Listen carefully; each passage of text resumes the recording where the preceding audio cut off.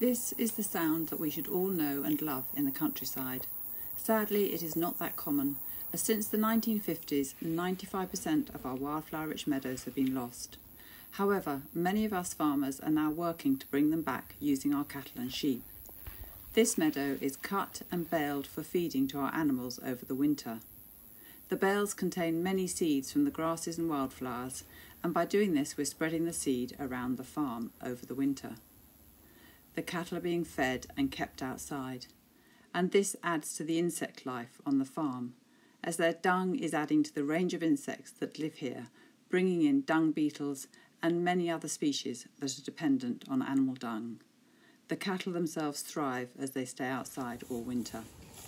In some of our fields, we're using the cattle to graze down the grasses and wildflowers, and in doing so creating the right conditions for the plants to regrow and expand their range, so our pastures become more diverse and richer in habitat for all the insects that are dependent on them. This is a very low input approach to farming, which means that our animals are raised purely from the pasture on the farm, with practically no use of diesel, no additional food grown for them, and no fertiliser added to the pastures, and the animals live long and natural lives.